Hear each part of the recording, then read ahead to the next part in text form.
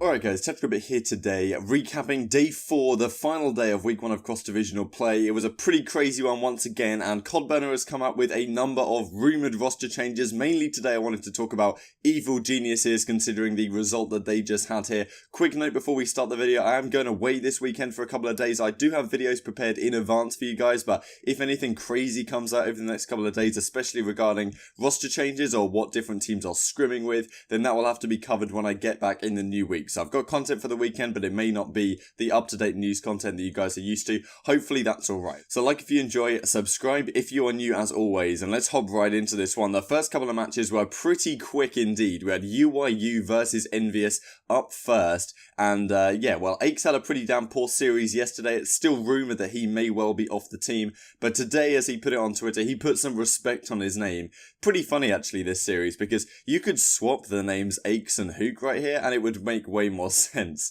But yeah, so this map was a classic seaside. I favoured Envy in this one. EnVyUs haven't been looking so good over the last couple of days, even though I thought pretty solid team, may need some changes throughout this roster change period on current form at the very least. And yeah, EnVyUs end up losing a very close seaside hardpoint map. It really is an absolute classic. They're leading basically the entire time, and then Envy win a huge rotation over to that final fountain hill where they end up closing it out. We've seen it a million times before. Aches has a fantastic map. Map 2, Aches did pretty decent as well, 7 and 6. Apathy had the fantastic map really on the side of Team EnVyUs. What was interesting here is basically every round win was an attacking round. As you can see, finally we got a defending round win in the very final round of the game. That was the only time defense won on the side of, you know, this is gridlock S&D. So it's interesting to say the very least, but of course it was a very back and forth game that Envy closed out. And then going into map number 3, Envy closed this out relatively convincingly towards the end. Once again, Aches just dominating, 30 and 14. No Rampart in sight for him this time around because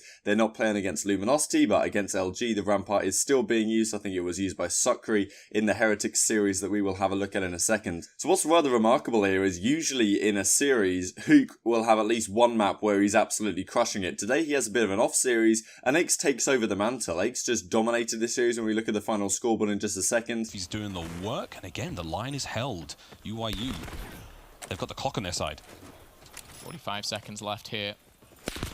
69 and 42 for Aches, 42 and 54 for Hook. So you could easily swap those and think it was legit. Pretty remarkable stuff that Hook and Silly managed to go negative, and Envy still win a series, which I think is definitely a rarity. That's not going to happen every day, but it's something pretty cool to see if you're an Envy fan. Whether Aches will still be on the team in the next 2 weeks is up for debate. COD is suggesting that Aches is almost, you know, very likely off the team. They're going to make some sort of change, maybe potentially bringing in Scraps or someone like that, and I don't exactly know who's going to take over the leadership role on the team. We'll have to see, but that's potentially a change that could come into effect. As for EnVyUs, on the slaying front, it wasn't terrible, but the fact that you're not winning a map in this series is pretty tough.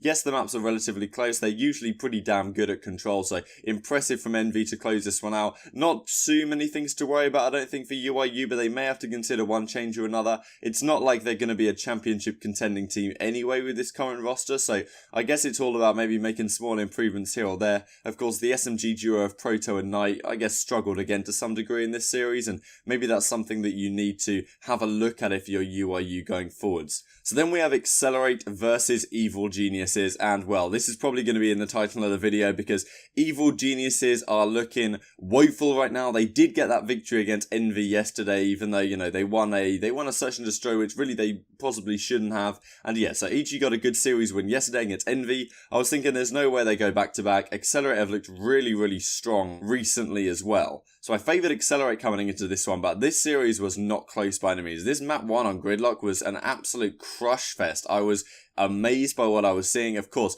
Brack and Jet Li, that old Midnight duo, have been fantastic. Skies as well, with the assault rifle in hand, has been much, much better. I love to see it because it's a player that I thought was really talented when I watched him online. Hadn't been too impressed with him on that EnVyUs team, and now looking so much better. Profizi as well in that SMG role is really pretty deadly, especially alongside the likes of Jet Li and Brack. And yeah, EG could not get anything going this map. Exotic, of course, their star player, as it were, is the only guy to be positive in this one. The rest of them got absolutely crushed. And yeah, it's very highly rumoured that, well, Attach and Exotic will most likely stay on the team. all the other guys are potentially up in the air to some degree. So, well, we'll have a look through the next couple of maps here. This is a pretty remarkable one. MREs manages to go 0-6 in the Search and Destroy, but they win it comfortably. Attach and Felony have decent games, Exotic and the rest of them don't. This is a very common pattern with the Evil Geniuses guys. It's rather rare to see all of them performing at the same level a lot of the time. The good teams, you'll see them have like maybe one particular star player who's always performing very well, like a guy like a Hook. Okay, maybe Envy isn't the best example, but on a team like Splice, say, on a team like, you know, Luminosity Gaming, where you've got Temp and Gunless respectively, really playing out of their minds a lot of the time, it's relatively common that the rest of the guys are all relatively consistent overall. A situation like this realistically should not happen. Of course, you do have EKIAs to consider, so maybe this is slightly skewed to some degree, but still, two of your teammates dropping 11 and 10 while you're dropping 1, like, I don't know how exactly that's figuring out itself on the map, but it shouldn't be something that happens. I guess it happens on the side of Excelerate as well, with Emery's having 0 kills, but, well, what can he say about that? The rest of his guys went off, so I'm sure he's not mad. And then game 3 from Excelerate, this is more what I'm talking about in terms of consistently. Look at that in terms of kills. 22, 23 across the board for the Excelerate guys. One thing I forgot to mention is that these stats and scoreboards are linked down in the description box below, courtesy of EasyMac. What a guy, went through all this and does all this stuff manually, so the community can keep up with the games much easier. So thanks a lot for that. Check him out in the description box below as always. And yeah, Excelerate close out the series in a swift 3-0. This is the final scoreboard. Once again, a remarkable turn of affairs really. The entirety of Evil Genius is negative, the entirety of Excelerate positive. Emery's just sat back and relaxed in this one as Bracken Skies did most of the heavy lifting, and of course the SMG duo of Jetly and Profizi is very scary indeed at the current time. Very competent squad Excelerate are looking like right now, like taking LG to game 5s as well, and this was a comfortable victory against Evil Geniuses. What exactly they will do for their change is up in the air right now. This is what CoD Burner has to say on a few of the issues right here. So Evil Genius is 100% making a change. Fellow and Goon might both be gone. Supposedly Attach wants everyone dropped. Decimate or Zoomer are players of interest. Zoomer may be too expensive. Maybe Aches or Apathy if the following happens. Supposedly changes with the likes of Team EnVyUs as well. He's hearing Hook wants the entire roster dropped and built around him, and scraps if they can get him, which is, well, interesting. I'm not sure whether that's the case. Of course, take this stuff with a grain of salt, but CoD Burner has been relatively reliable in the past, even though a lot of members in the community this season are saying that he's not as reliable as he was before. So maybe the pros are figuring it out, or something is going on to the point where they're, you know, some of the info that he's being fed isn't fully accurate. So take it with a bit of a grain of salt, but it's almost certain, I think, that Fellow and Goonjar will be out the team, I think. I don't see, especially, both these guys have not been performing anywhere near the standards that you need to be a competitive team. Exotic and, you know, Attach, of course, have been very good in general. Royalty has also been relatively good, definitely the third best on the team. So, yeah, they'll probably replace these two, would be my estimate. Of course, they can only change from April the 5th, but they can start scrimming with other players sooner than that, which may be what will happen. So to speak of another team that may well be making a change, we have Red Reserve against eUnited right here, and this game went the distance actually. It's really impressive from Red Reserve that they somehow managed to keep competitive with what looks like a solid squad in eUnited right now, even given the shambles that they're going through as a team here. This series, Joe just has an absolute howler, and Joe has honestly been very good at this game overall compared to his normal level. I think a lot of people would still suggest that he should be considered to be dropped off the team. I would definitely have put Bantz above him, on the balance of this game so far in terms of the list of players to be dropped, because I think Joe has been better than Bantz overall so far this season, even though, Bantz seems like a very sound guy, so does Joe, but, some change has got to happen at some point with this roster right now. Of course, Scraps is the real talent on this team. Zero has a good map 1 here, but it doesn't help him end up winning this map. So, yeah, I wonder what you guys think in terms of what change Red Reserve should be looking to make here. Of course, they can get rid of multiple players if they want to switch people out for, say, Alex from that Lightning Pandas team, who is very heavily rumoured to try and come into this squad. And of course, they have Shocks as well from Australia who could potentially come into play, even though there is the whole schooling situation, which might make things an issue. We'll have to see. So map 1 on Frequency is a pretty impressive map from eUnited. Simp, of course, with that battery, 30 and 18. Pristini had a very good map with, I believe he was using the Maddox on this one. Joe goes 18-23, which you don't really want to see, and eUnited close out the game. Map 2, Rated and Scraps were the ones going off on the side of Red Reserve, but it was, it was a very comfortable map for them at the end of the day. Of course, Joe goes 3-7, but there's potential EKIA issues, which meant that he was contributing much more than this particular scoreboard says, especially in Search and Destroy. Those kind of sampling issues can be problematic to some degree. Simp, of course, has a fantastic game here in 10-6.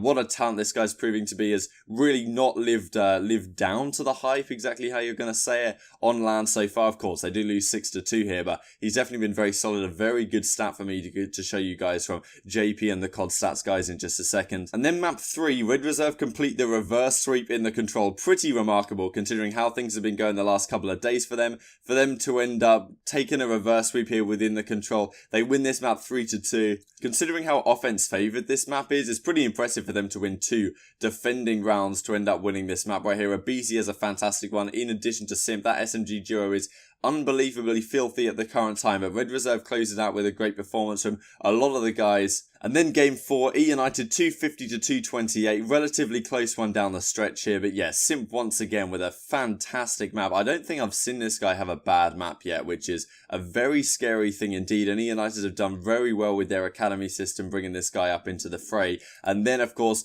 game number 5, eUnited romped away with it here on this Arsenal map, 6-1 at the end of the day. Yeah, no one had a good map on the side of Red Reserve, and Simp's 8-2, RC's is 4-1, only dying once in the Search and Destroy map is very scary indeed. And this is your final box score. Clace is sitting about even, but Simp sits there with 107 kills. That's a very impressive stat line. Not too many 100 plus series that we've had so far in the Call of Duty Black Ops 4 season. I mean, there's a fair few. I think 3 of them belong to Hook, but this will be Simp's first one for sure. And yeah, it's not an easy thing to accomplish by any means in this game. And he does it right here against a very competitive Red Reserve team, despite the fact that they are most likely to make changes.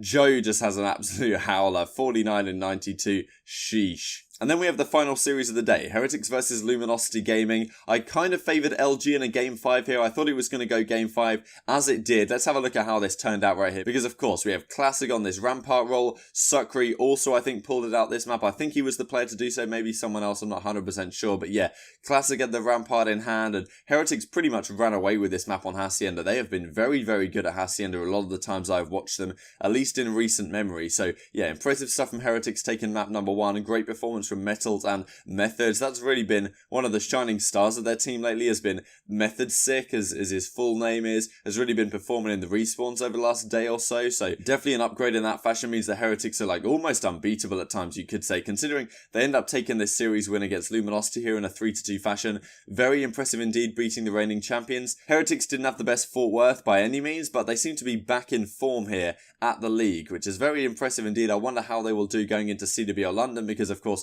being from Europe, it would be cool to have at least one of the European teams make some sort of run there, and it seems like we should have 3 that could be at least competitive. So very exciting times. Gunless in this map too goes 10-2, just an absolute classic. When you've got a guy like Gunless in your team, you're never going to get 3-0'd, because you know at least one of the maps he's just going to dominate and win you it single-handedly. Going into map 3 here, Heretics took this one comfortably on gridlock control. It was actually like some of the rounds were a little bit closer, especially towards the start. It was a very close fought affair, but once you have that 2-0 edge on the side of Heretics, the specialists come into play, and yeah, they won the final round relatively comfortably here. Gunless and John had pretty bad maps, uncharacteristically. Metal's just the absolute beamer of this guy, does very well indeed, and I think Sucri was the one with the Rampart on this map, and he was going toe-to-toe with Classic here, and he got the better of him, I guess, down the stretch. LG take map number 4, though, to take us all the way to a Game 5. This was pretty comfortable on frequency.